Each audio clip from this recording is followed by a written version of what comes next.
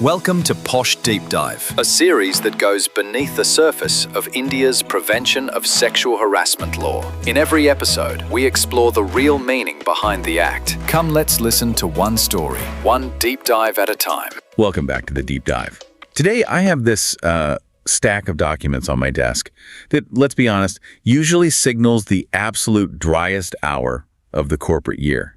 We're looking at a compliance guide. Oh, no. Specifically, it's called the Essential POSH Compliance and Red Flag Guide. I can practically hear the listeners groaning from here. It just, brings up memories of clicking through endless PowerPoint slides just to get that certificate. It does.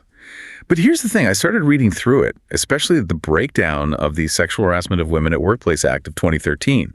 And it's surprisingly gripping. Really? Yeah. It's less about checking boxes and more of a psychological field guide to human behavior, to power dynamics, and safety. And believe it or not, we are going to talk about something called consent curry. Consent curry. Okay, yes, that definitely caught my eye in the notes. I mean, it sounds like a punchline, but as we'll see, it's actually a fascinating case study. Exactly. Yeah. So we have the legal framework, sure, but we also have AI chatbots telling dad jokes and, cafeteria menus teaching consent. Yeah. But before we get to the boundary biryani, we really need to build the foundation. Right. This act from 2013, it really changed the landscape in India. But for the person listening right now who isn't a lawyer or an HR director, why does this specific framework matter to them personally? Because it defines the reality of your daily work life. The guide, it focuses on the learner, and that's you, me, anyone with a job. The core shift this act brought in, which the guide highlights right away, is the definition of harassment itself. Okay. It's not about what you meant to do. It's about how it was received. The impact over intent rule, that is a massive shift, isn't it? Huge. Precisely. The guide uses a very specific phrase, unwelcome advance. And that word unwelcome, it does a lot of heavy lifting. You might think you're just being friendly or joking, but if the other person feels it's unwelcome, you've crossed a line. And that's where all the friction usually is, right? I didn't mean anything by defense. Exactly. And the law essentially says it doesn't matter. If the impact is harassment, the intent is, it's irrelevant. So the guide breaks this down into categories, starting with verbal behavior. And I want to get specific here because some of these are things people might hear every single day. Let's look at the first one on the checklist, unwanted compliments on appearance. The example they give is, you look hot today. Now, I'll play devil's advocate for a second. In a social setting, maybe on a dating app, you look hot is pretty standard. Why does it become a red flag the moment you step into the office? Because the objective of the relationship has changed. You see, in a workplace, your value is your competence, your output, your brain. When you comment on someone's physical attractiveness with a word like hot, you are sexualizing a professional relationship. You're saying that you're looking at their body, not their spreadsheet. Yes. It shifts the power dynamic. It makes the other person self-conscious about their physical presence instead of confident in their work. It erodes those professional boundaries. There's another one in the verbal section I found really interesting. Persistent requests for personal details. Yes. This is often called the interrogation technique. Right. Are you single? What did you do this weekend? Who are you with? I mean, it's normal to be friendly, but the guide really emphasizes that word persistent. That's the key distinction. If you ask a colleague, how was your weekend? That's just politeness. If they give a vague answer like, it was quiet, and you keep digging. Oh, did you go out? With a boyfriend? Why don't you have a boyfriend? That's harassment. You're demanding access to their private life that they haven't offered up. It feels like entitlement. Like, I have a right to know your personal business because we work together. Exactly. And then the most severe verbal red flag listed is linking work performance to personal favors. Yeah, this gets into the legal concept of quid pro quo. Which is Latin for this, for that. If you have dinner with me, I'll approve your leave. Or, if you're nice to me, you'll get that promotion. It suggests your professional survival depends on your personal compliance. It's coercion, plain and simple. It turns a job into a ransom note. So, if you're on the receiving end of this, someone keeps calling you hot or pestering you for a date, what does the guide say to do? Because just freezing up is such a common reaction. The guide advises a kind of graduated response. First, politely decline. You don't have to be aggressive at first if you don't feel safe, but make it clear the interaction is unwelcome, but crucially, note it down. Even if it seems minor. Especially if it seems minor. If it persists, report it. You don't have to wait for something terrible to happen. The pattern itself is the problem. Okay, let's move from what people say to what they do. Section 2 of the source material covers nonverbal and physical boundaries. This feels like the area where gaslighting happens the most. Oh, absolutely. The gray area defense. Oh, I was just looking, or I just brushed past you. Yeah. The guide tries to make this black and white. Let's talk visual cues first. Prolonged, staring, leering, or checking out someone's body parts. Ugh. It creates that feeling of being watched. It's predatory. It is. It's a form of intimidation. Even if not a single word is spoken, that gaze signals, I am looking at you as an object, not a colleague. And in the modern age, this isn't just in the break room, is it?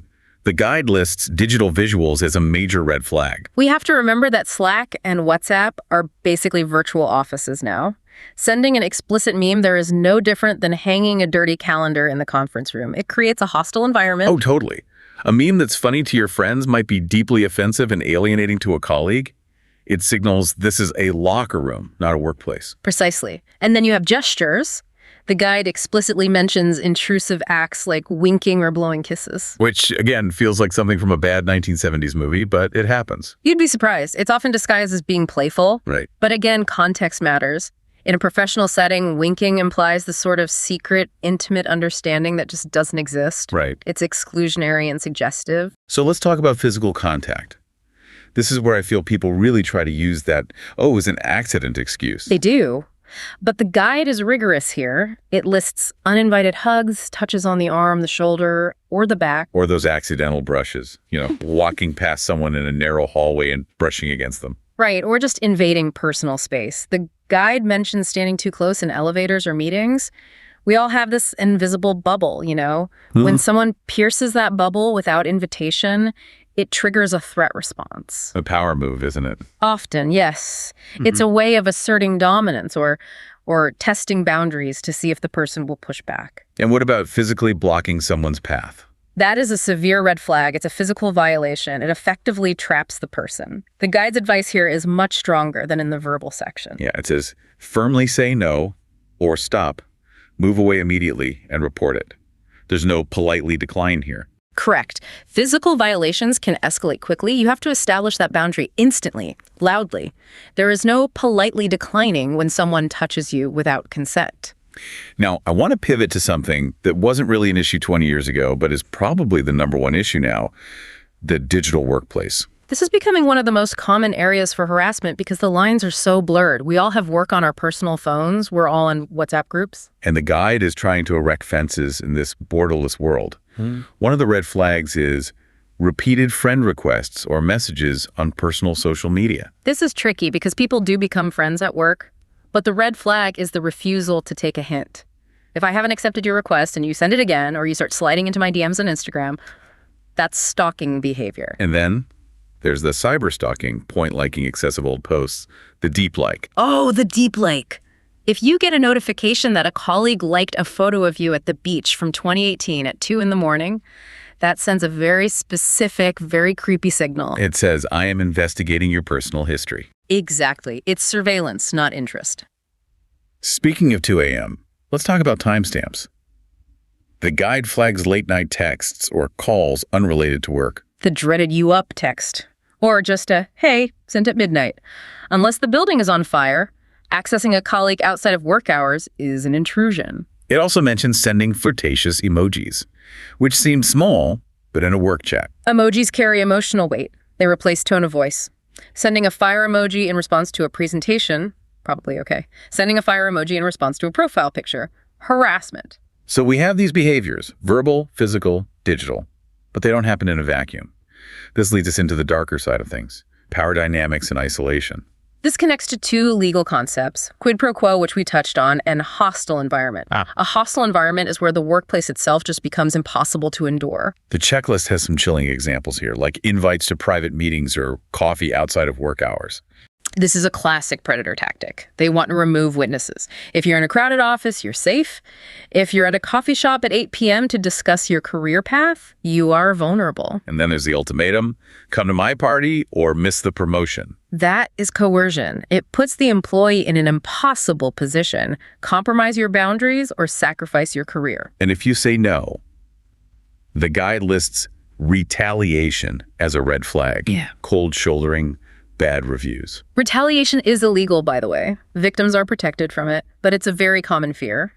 If I report him, he'll ruin my career. That's terrifying because it makes you question your own competence. Which is why the guide also talks about workplace culture signals. It's not just about the individual harasser, it's about the whole environment. Right. Things like colleagues dismissing complaints as just joking, or, and this one is huge, a lack of visible posters about the internal committee, the IC. That is a sign of negligence.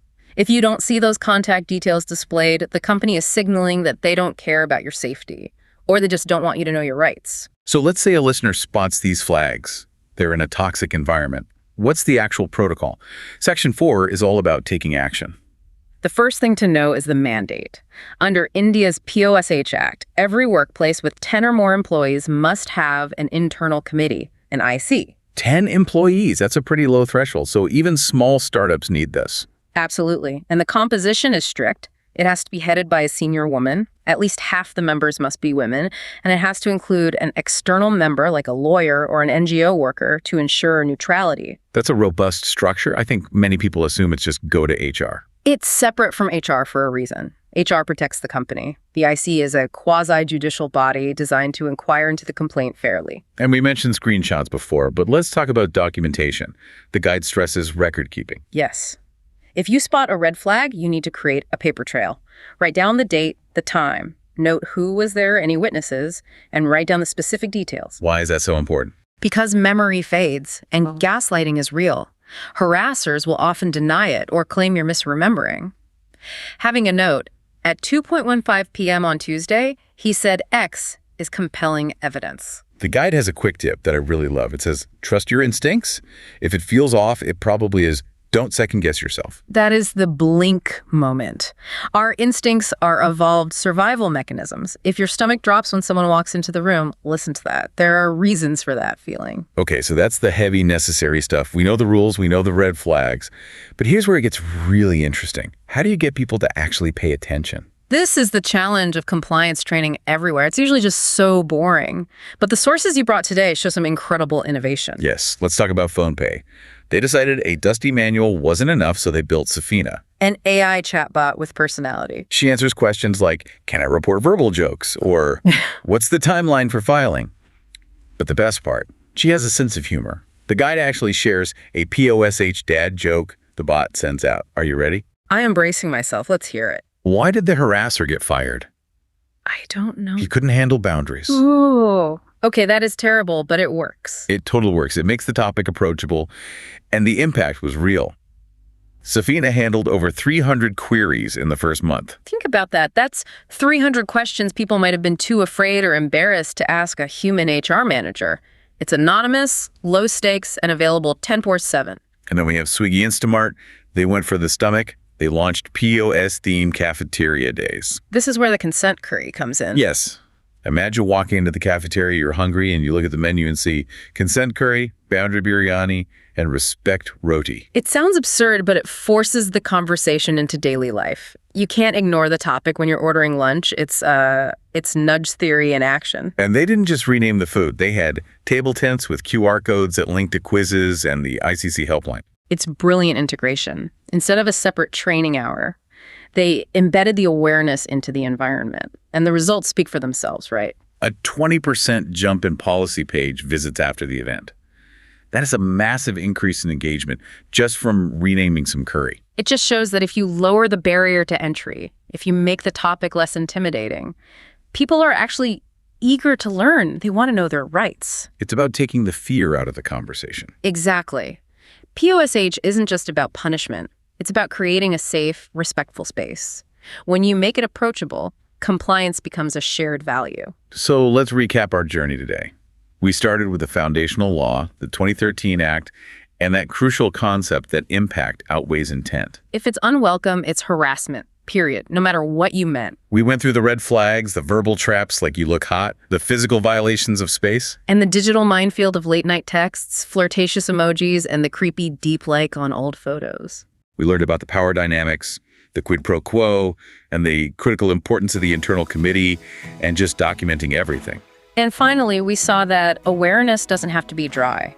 It can be engaging, funny, and yeah, even part of our daily bread with AI bots and boundary biryani. It really makes you think. We treat safety and harassment as these heavy, dark topics. But Swiggy and Foampi showed that bringing it out into the open, putting it on the lunch menu, actually makes us safer. Sunshine is the best disinfectant. If consent curry can increase policy engagement by 20%, what does that say about how we traditionally handle serious topics?